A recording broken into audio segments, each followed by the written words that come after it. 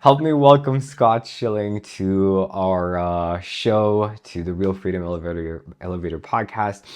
Scott, I'm so excited to have you, and here's why you should be excited if you're tuning in, because Scott actually shared the stage with all of the biggest names in the personal development industry. We're talking Tony Robbins, Les Brown, you name them, Scott has shared the stage with them, and he's also an accomplished executive coach, international trainer, speaker with a wealth of experience in sales and marketing that dates back to 1980, when I wasn't even born back then. His professional journey is marked by a commitment to excellence and a passion for helping others achieve their full potential. But what I love most about Scott is that he's very human and he's a very cool individual. Scott, big welcome. Well, thank you for the opportunity. I appreciate the kind words. Yes, yes, of course.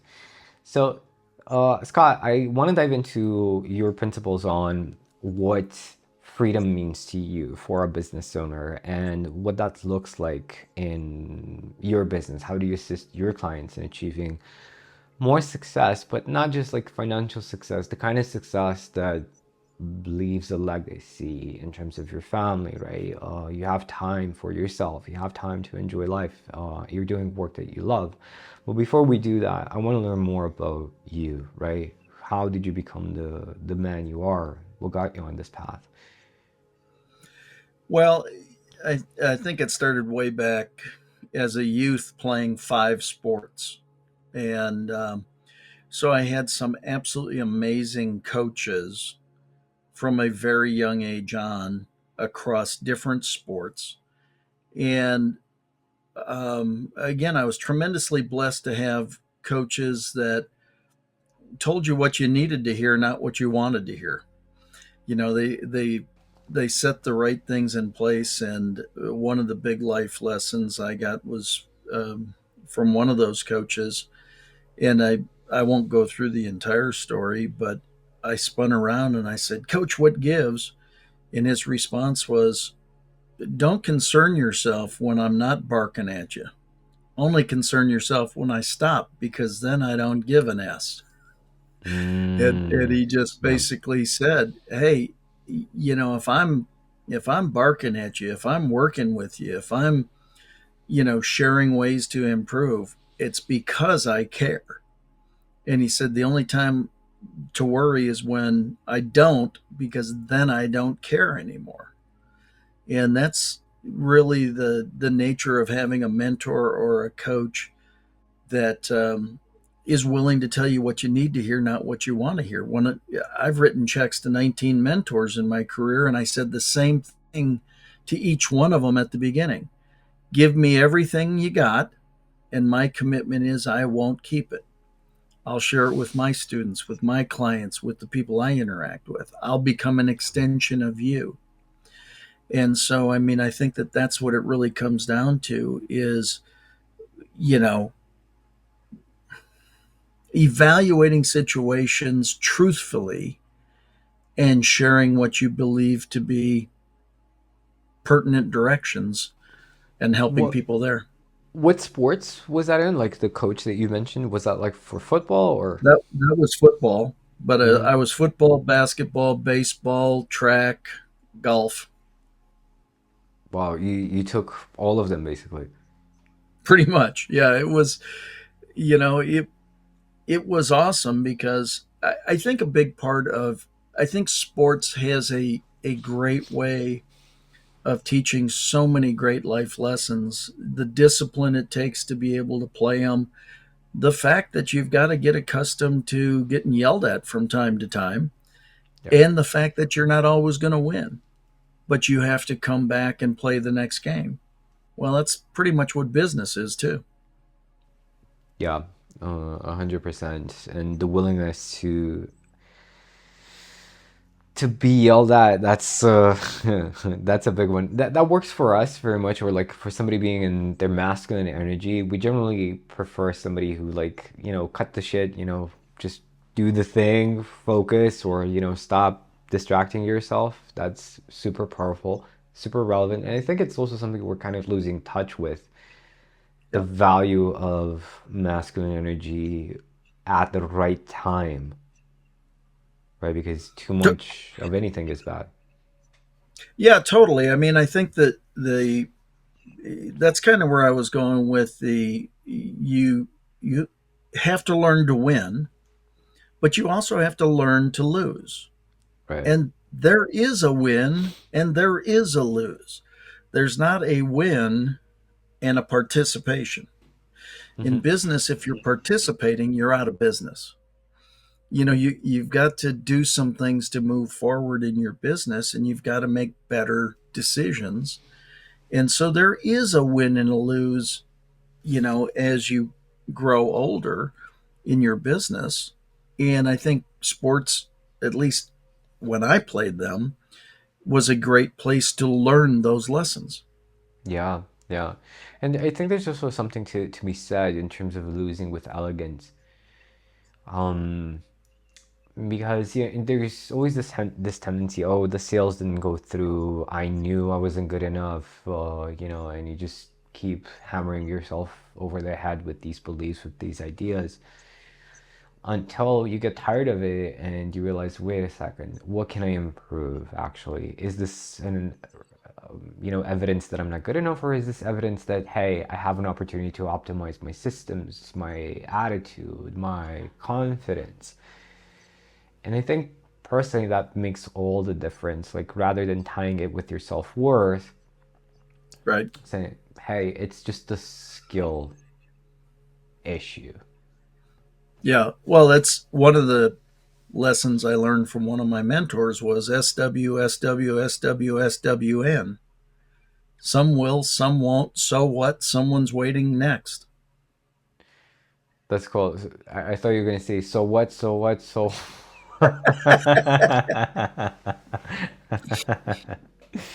That's cool. So, how did you get into coaching, and how did you create these opportunities? Because everybody's dying to know, like, oh my God, you shared the stage with these guys, how did that happen? How do I create that for myself? You know? Well, I think a big part of it is again, I had amazing coaches in athletics in a variety of different places, so I understood that there were people who knew a heck of a lot more than I did in whatever it was. And so when I made the decision that I wanted to learn more about success, I became a mentee of Jack Canfield, America's success coach, right? I mean, he's the best success guy there is. When I wanted to learn and become a professional speaker with that knowledge, I went to John Childers, the absolute best speaking mentor on the planet at the time. Um, so, like I said, if I wanted to learn something, I was seeking out the very best at it and then learn from them. And Mhm. then you put that all together. And it's the same kind of thing that I share with students and clients today is, you know, I'm going to share some things with you, critically evaluate them. What you absolutely love, put into play. What you absolutely don't love, let's talk about. Uh, because I wouldn't suggest it if I didn't think it was right for you. But it's not a wrong, it's a let's talk about. Let's understand why you're resistant to it. Right. Um, I mean, we all have our little streaks of resistance. Where somebody, uh, you look at something and you go, "Gosh, could I have done it better?" And I've been fortunate that the self worth stuff hasn't crept in. I'm not going to say it never has crept in, but really very rarely because I learned again a long time ago. Some will, some won't. So what? Someone's waiting next. I mean, if you're in sales, you're going to hear no far more than you ever hear yes. So if but I think part of that is conditioning. You've got to be okay with the no, but look at it as it's not necessarily a no, it's a not now, or a request for more information, or hey, you haven't quite given me what I need Right. at this point. And so I think if you a lot of times it's simply how you look at the situation that makes all the difference. Yeah, I think it's all of it. I have this. I'm not sure you're familiar with Bashar. I always mention him in the show. Bashar is like this. He channels this alien entity, right? You know who? Do you know who I'm talking about? Mm-hmm. Right? And excellent. So, um, one of my favorite insights that he shares is that life is inherently meaningless, meaning that we can give it whatever meaning we want, we choose. So I think that speaks volumes to what you're sharing. It's like, yeah, if you say it's because you're not good enough, then that's exactly it. That's exactly the truth. It's because if you say, hey, it's not a no, it's a not now, fine. That's exactly it. That's exactly the reality you're in. Um, before we continue, I just want to acknowledge you a bit because we were on Zoom, and guys, Scott has this beautiful background, and I messed things up for him because I moved him to Ecam where we are right now, and now you see his green screen, and he was so elegant about it. I said, "Look, don't worry, I'll just fix my camera up and fix the green screen." And yeah, I just really wanted to appreciate you for being so cool with whatever technical challenges I'm putting you through right now. Oh, well, none of this has much to do with me. So, I mean, I appreciate the opportunity to be here and share. And what we were talking about there reminds me of a process. If I were to look at you and say, you have green hair, Hmm. you could be really upset. Oh my Right, God, I've got green hair. Oh, you could break down or whatever. Or you could say, oh, he knows I have the self esteem that he can say I have anything. I know I don't have green hair. So right. he's just making a point with all this. Hmm. So Hmm. my statement didn't change. It's not what I said to you that counts. It's what you said to you after I stopped talking. And so very much so about things like the green screen or having a perfect background or a this or a that. Those things are all nice. It would be great. Eh, is it going to change what comes out of our conversation? No, not really. So the I appreciate the acknowledgement, but Well, again, it's really this interaction is what's far more important than anything else. I love that. I love that. And in a sense, it did because we could crack a joke about it. So here we are. Yeah, yeah, exactly. Yeah, Beautiful. this is the best green screen I've ever had. Awesome. Um, so, how do you get on the biggest stages? Hire the best, right? Spend as much time as possible with the best and be coachable. Well, Um, and that's a big part of it. And the other side of it is work at your craft. You know, mm, you don't get on those big stages by accident. You have to be good. It's funny. One time somebody said, "So I've seen you've done over 3,000 live events. Are you any good?" I said, "Well, you don't get asked back if you suck." I mean, I appreciate the question, and it's not a. I don't take it as an egotistical thing. I've been phenomenally blessed, but when you work at your craft and you work toward mastery, I think a lot of people say, "Well, I'm a master or I've achieved mastery." I don't know anybody that really has. I mean, there are a lot of people that are phenomenally talented and really good, but I think you work toward mastery.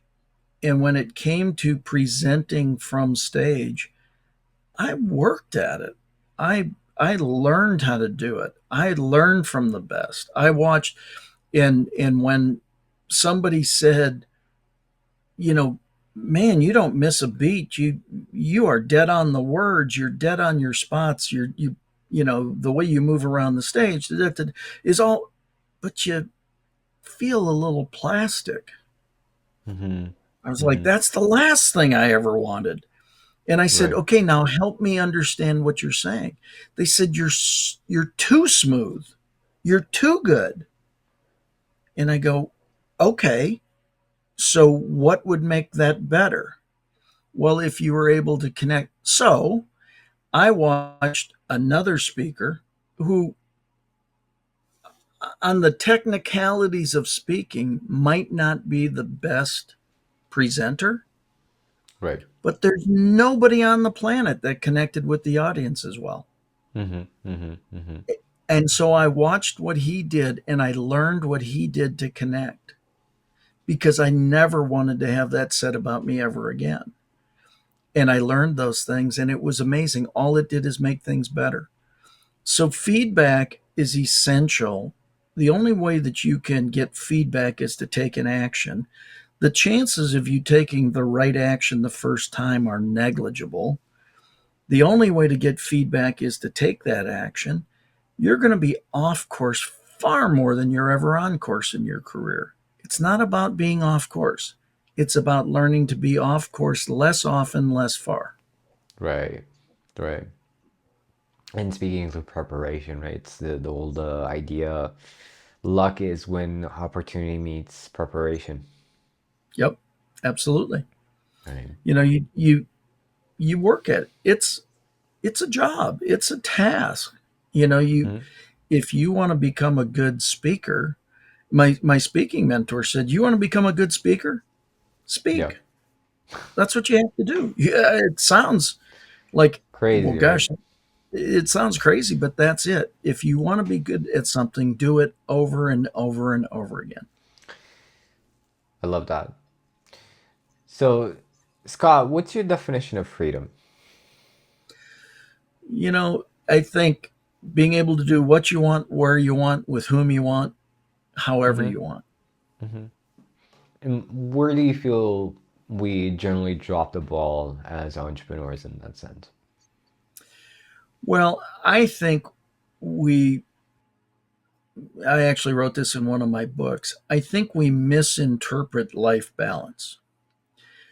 And what I wrote in the book was in order to achieve life balance, you actually have to be purposely imbalanced for a period of time. Meaning, if I'm doing this with you right now, this is my profession, my career, I need to be 100% with you right now. Yeah. My phone needs to be off. I don't need to be looking for a text. I don't need to be worried about my wife. Now, then I come back to center and then it's like, okay, a little personal time, call your wife. But when you're talking to her, you're 100% talking to her. Then you come back to center. So in the 7 areas of life, as you do this, we tend to get stuck in, maybe we get stuck in our professional career. And so we are so full throttle in our professional career that we miss social aspects Right. or we miss spiritual aspects. What are the 7 areas of life? Let's see. It is spiritual, personal, professional, financial, social. Geez, where am I going? Hmm. I'm trying to think So, the other two. But but you get the idea. Well, I yeah, actually yeah, yeah. created the acronym. Actually, I can do this because I created the acronym BALANCE.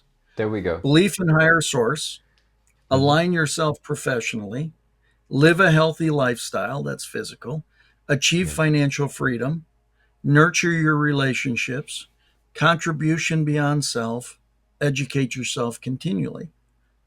Love Balance. it. We found it. There we go. So that's there we go for work-life balance. Yeah. Yeah, and I think, that's kind of the thing that we don't exactly like you said, we have balance misunderstood, completely misunderstood. Because we think of a scale, right? And it's in balance when it's in like it's not moving but that's not us. We are continuously moving, right?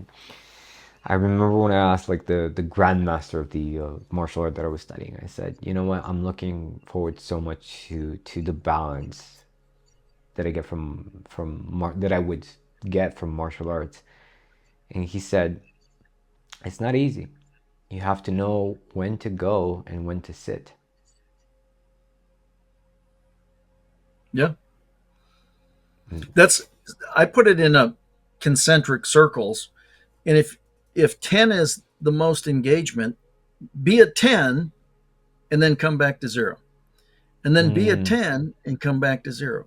What people tend to do is they're a 3 here, a 5 there, a 2 here, a 12 there, right? Yeah, And yeah, and 100%. so there's no balance because they're the offsets. The Yeah. point is presence, be where your feet are. I had a conversation the other night with somebody, and she said, I know you want to go hear this presentation. And I said, once we're complete, if there's time, I'll go hear it. And she said, but don't you really want to hear it? And I said, I would like to hear it, but I really want to finish our conversation first. And if that lasts longer than me being able to see that presentation, I'm fine with that. And she Yeah. said, you really want to be present with me, don't you? And I said, that's the one thing I've learned as I've grown more mature. That's code word for older. You Oh, start to figure thank you for clarifying. But you start to figure out being present is a huge gift. yeah, and I think it massively applies to sales, because it's like the tendency is to just gloss over a topic and just jump from one idea to the next. Whereas the masterful salespeople, they take one idea, one pain point, and they go as deep as possible into that and then move on to something else. It's like you go on with each different canal of the route as deep as you can, and then you move to another one. It applies to everything. And you do that in your sales conversations, people will really feel seen and understood and connected to you. Yeah, absolutely. I mean, I think that that's the biggest thing is the deeper our connections. That's why my moniker is the authentic connector. The deeper our connections, actually, the less often we have to connect with somebody Mm, because we know when they're deep. We can pick it up from where we were. It's right. interesting. I noticed a friend's birthday was today, and I called him, and he says, well, this is a nice surprise. Why are you calling me? I said, I called to say happy birthday. He said, I would expect nothing different than that from you. Everybody else is texting me. You actually called. Right. And I said, yeah. I mean, I didn't think it was that big a deal. He did, right? Yeah. It's that kind of thing. We live in this me, now, immediate gratification society. And Mhm. if we would just slow that down a little bit and take a little time to truly invest in people, it's amazing what can happen. This reminds me of the story you shared with me the first time we met, about that company that was losing more clients than they were gaining. Can you share that? Sure. Yeah, I was. This was a Fortune 500 company, and they were looking at having somebody come in and train their field sales force. And I said, okay, well, let's get down to it. What are the challenges? And they said, well, we need to grow our business.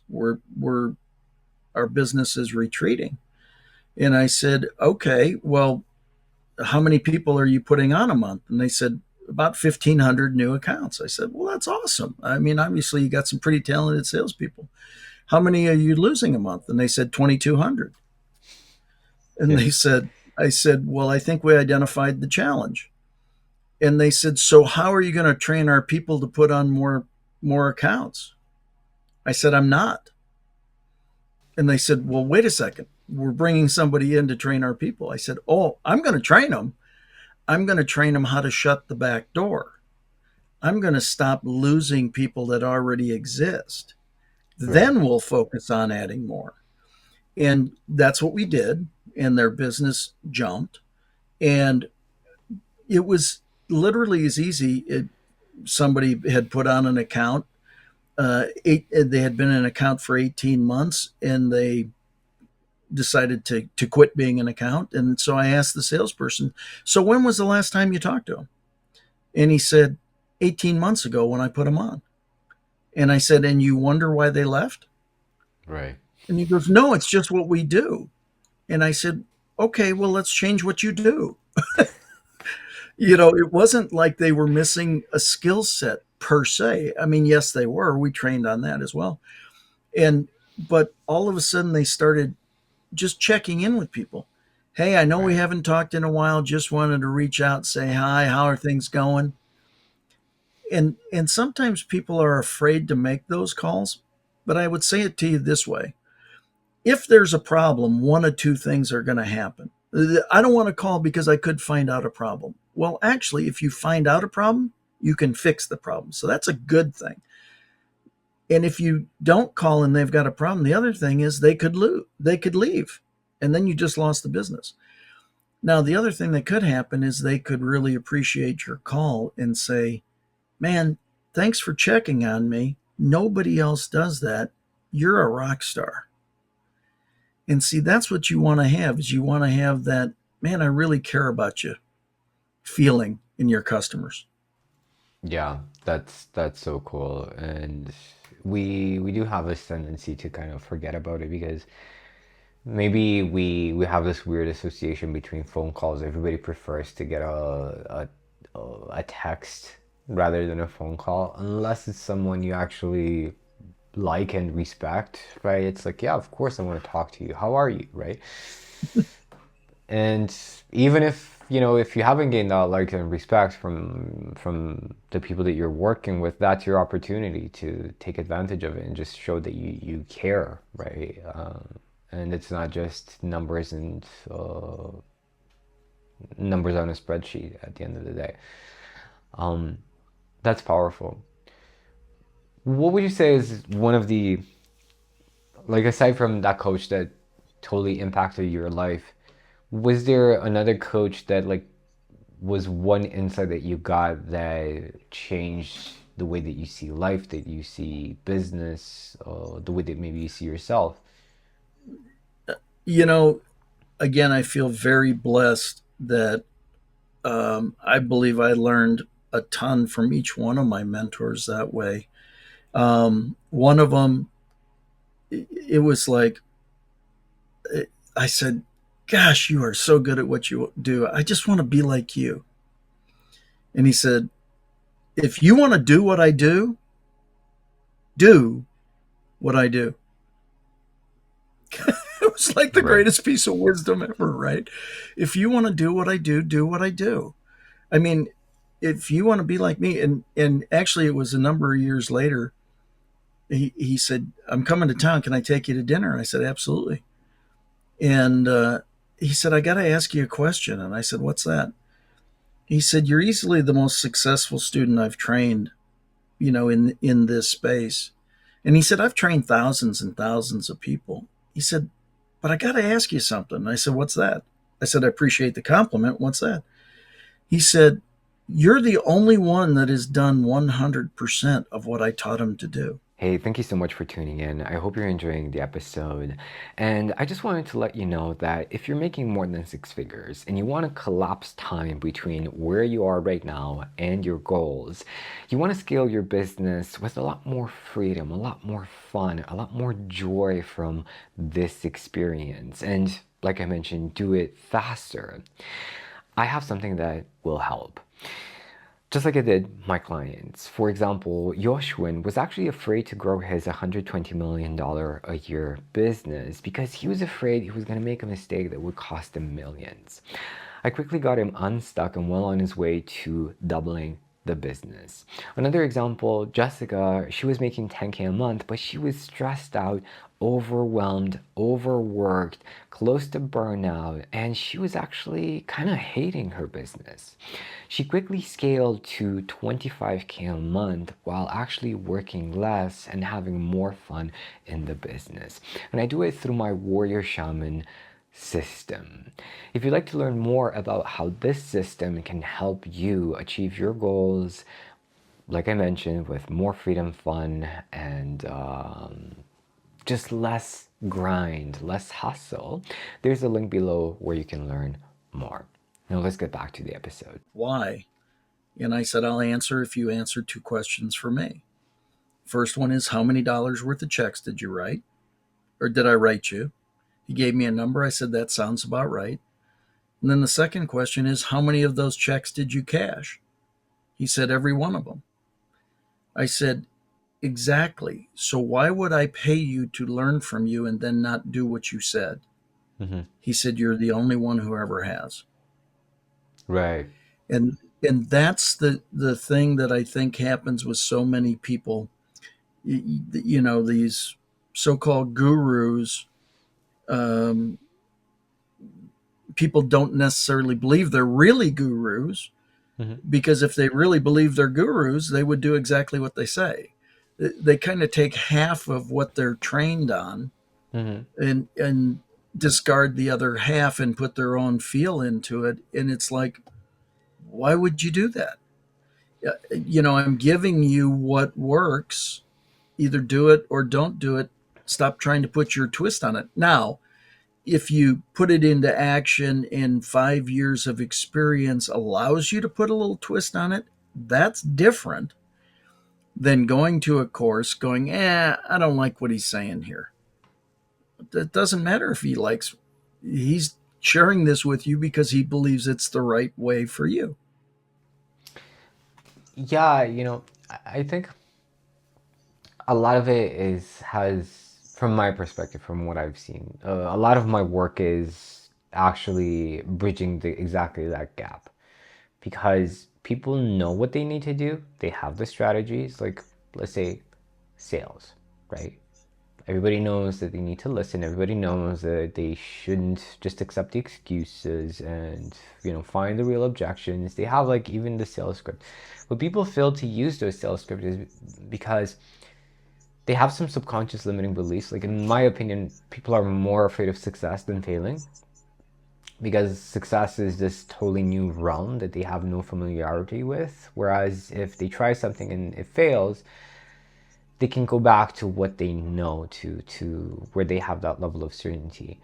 I think you're absolutely blessed a lot from, the sports background that you have, that maybe you did not carry around all of that limiting beliefs, all of that baggage that most people have around self-worth, around fear of what if I try something that doesn't work, or being more afraid of, yeah, that's kind of like the subconscious thing is, if I do my best with this system and I follow the system that I know that works and I give it my all, and then it still doesn't work, that absolutely is irrefutable evidence that I'm broken. Yeah. Well, I mean, I think, you know, not everything in sports went perfectly either by Yeah, any stretch of 100%. the imagination, right? But I think that's what you said there was really important from the standpoint. I think you leave it all on the field.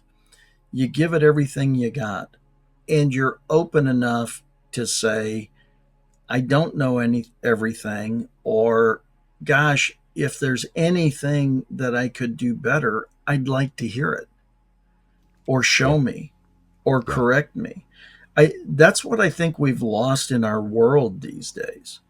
People get so set in their way, in Mm, their position, whatever that position is, that they get so set that there's no conversation about what it could be. Or it's one of the questions that I ask. If there's something that really troubles you, ask the question, is it possible? well, I don't really like that. Well, is it possible that it's right? Hmm. Huh. Yeah, I guess it's possible. Well, then, if it's possible, what should you learn from it, or what could you learn from it, or could you move closer to it? See, when we're diametrically opposed, there's no movement. But if we're like this, if we're a little bit different, we can have those conversations and kind of come together. And I think that's a big part of what's happening in the world right now is people are like putting a stake in the ground, and they're not looking at the other person's position. They're not putting themselves in somebody else's shoes at all. Hmm. And I don't know everything that you're going through in your life. So for me to have my position on it when I don't really know doesn't overly make sense. It would make sense that I would ask you some questions and say, well, help me understand where you are. Help me understand why you're thinking the way you're thinking. What's your frame of reference for that? Because we find that our environments uh, determine a ton. Hmm. Take twins, put them in two different households, they can become vastly different in their biological twins. You put them in the same household, it's amazing they're the exact same. Well, what was the difference? The difference was the environments they were in. So, I mean, whether that's location or time or age, or there's a variety of different things that affect all this. Yeah. I'm currently thinking of the Hodge twins. They crack me up. Yeah, You know? I agree. Yeah. Yeah. Awesome. Scott, you also created something really cool, a version of your, or rather, your digital brain that people can access and use, right? Tell us a bit more about that. Yeah. Well, AI is here to stay. I mean, there's not a doubt about that. And AI, the A in AI originally stood for augmented intelligence. In other words, it was supposed to augment our intelligence. And then it got Mm, dumbed down interesting. very quickly into artificial intelligence. And so what we did is we, in essence, created Scott GPT for authentic intelligence. This is taking my works, my content, my trainings for years and years and years, and putting it into a resource library and being able to literally ask me any question 24/7 and getting an answer from me Hmm. through my resources. And again, you'll hear my tone, my tenor, my voice, that it's the way that I would train and or answer a question versus I'm the way I'm the world curious. would answer. I'm very curious. How well did your wife rate this virtual brain of yours? Well, I haven't talked to her much about it, but I did say to my daughter, "You could ask me any question." So the first question she asked is, "Who's Scott's favorite daughter?" Ah. So it was hilarious. Now we had done two podcasts together, and so because of that, there was reference in the library, and it gave an absolutely amazing answer. I said, "See, I brag on you all the time." Right. So the the thing that again, I think anybody who has a desire to train or coach has done, again, I'll make a probably an incorrect blanket statement, but I think those in the training coaching industry have done a lot to put a lot of content, a lot of expertise in their brain. I think they've taken a lot of actions, they've worked at it. I don't think anybody, I don't think many people purposely say the wrong stuff. I'm not going to say that there aren't any, but I'm just saying that you work really hard for your content and your take on a situation. You don't want that answer to be different from your take. You want Mm. it to be how you feel about it. Now, it doesn't mean that somebody else can't have a different idea of it, but then ask them, right? If you want to know what I think about something, ask me and I'll tell you. That's cool. I think some people listening are asking themselves, how can I create a virtual brain to talk to my wife all day? Well, there are ways of doing that, Yeah, but but that's missing the yeah, point. That's the opposite of what we talked about this whole podcast. yeah, no, I agree. Well, the point is that again, what Chat GPT and AI has become is a little bit of a watered down conglomeration of a lot of things. And so you get a high school level B minus answer many times. I mean, it's an True. answer and it came up quick, but it's not that great an answer, right? Whereas if you ask me my stuff, I know my stuff. And now we have built AI that knows my stuff. We have trained multiple versions, create knowledge, create, deliver. So literally the other thing is we can take my virtual brain and we can create new workbooks, campaigns, variety of different things Hmm. consistent with what I have done over time. And so, again, as far as producing new and things like that, it's much more efficient and quicker. And it That's organizes. I mean, when you've been doing this for a while, you got a lot of stuff.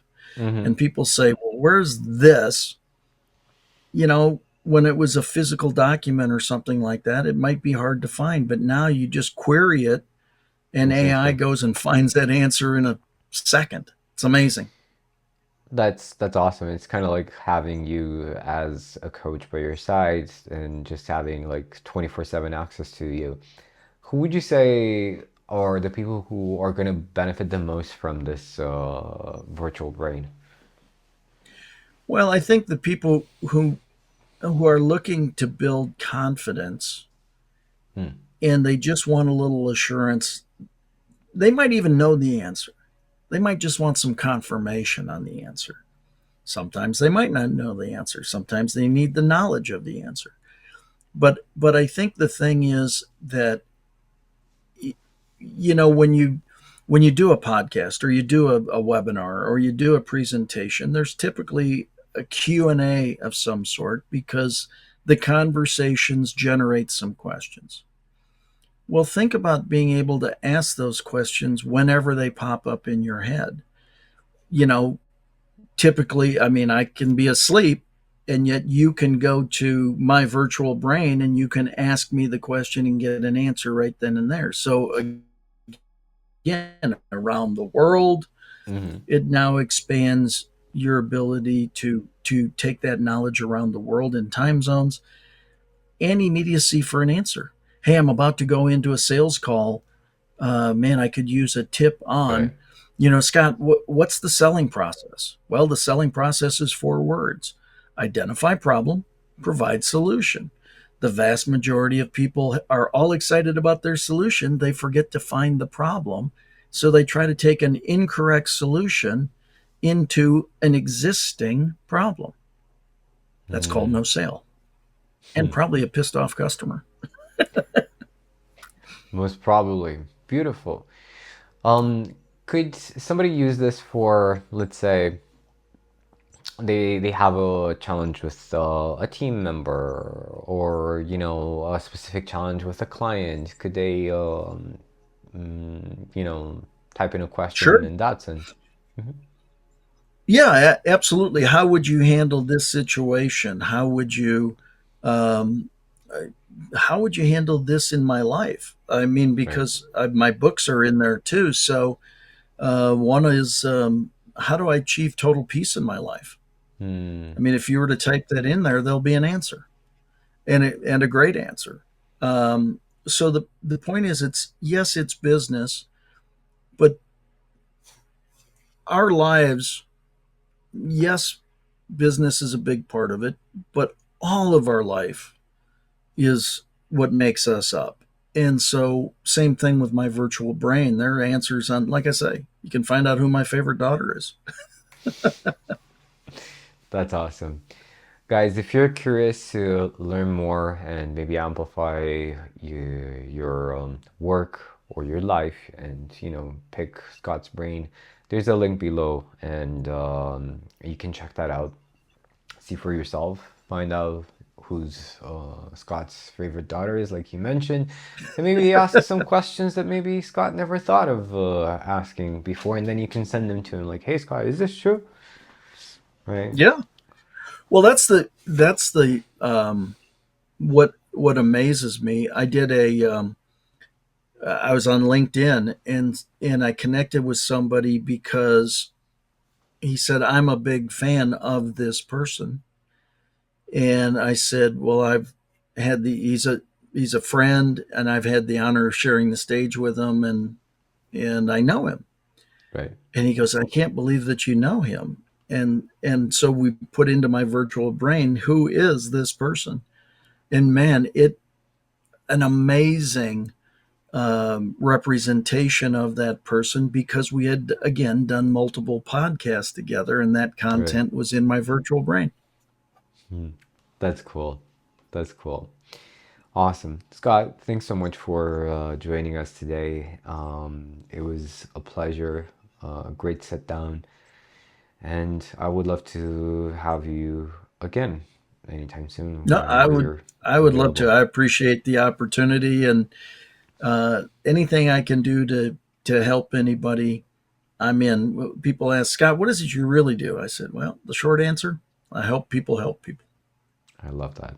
I love that. Absolutely connect with Scott. You have his social media contacts below. And hope you enjoyed this episode. See you guys again soon. And you as well, Scott. Thanks all.